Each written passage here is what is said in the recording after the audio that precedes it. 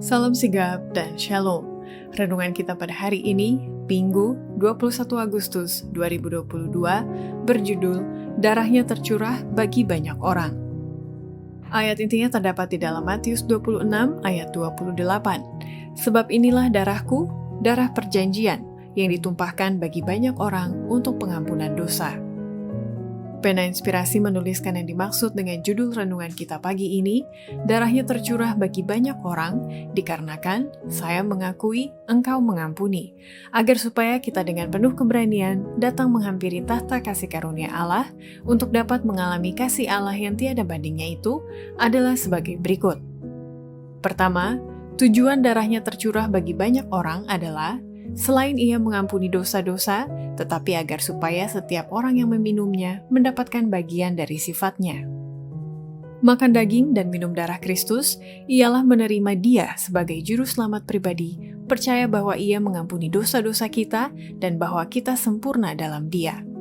Oleh memandang kasih-Nya, oleh merenungkannya, oleh meminumnya, kita mendapat bagian dari sifat-Nya. Sebagaimana makanan perlu untuk tubuh, demikian juga halnya dengan Kristus untuk jiwa. Makanan tidak dapat memberikan manfaat kepada kita kecuali kita memakannya, kecuali makanan itu menjadi sebagian dari tubuh kita. Kedua, tujuan darahnya tercurah bagi banyak orang adalah untuk membawa kita kepada kehidupan, dan sementara bagi orang-orang yang sengaja menolak kemurahan darah Yesus, ini akan mendatangkan kebinasaan kekal bagi mereka. Segala sesuatu yang ditentukan Allah untuk membawa kepada kehidupan, mereka dapati membawa kepada maut. Penyaliban orang Yahudi akan Kristus mengakibatkan kebinasaan Yerusalem. Darah yang dicurahkan di Golgota merupakan pemberat yang menenggelamkan mereka kepada kebinasaan bagi dunia ini dan bagi dunia yang akan datang.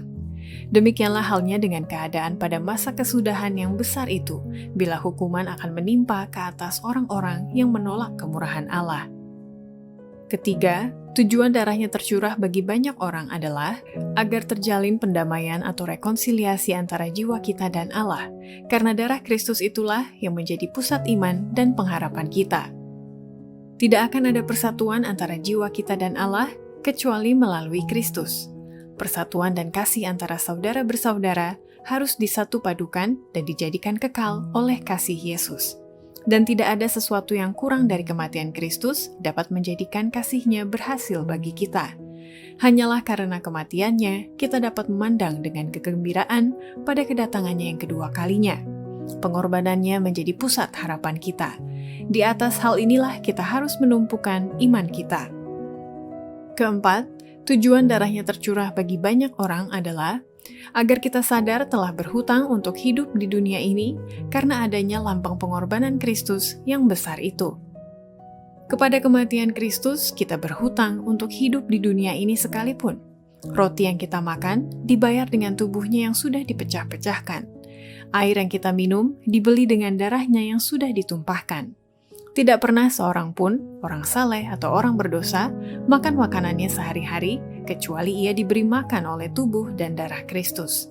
Salib di Golgota tertera pada setiap ketul roti. Salib itu tertera pada setiap mata air. Segala perkara ini telah diajarkan oleh Kristus dalam menentukan lambang pengorbanannya yang besar itu. Demikianlah renungan kita pada hari ini, kiranya Tuhan memberkati kita semua.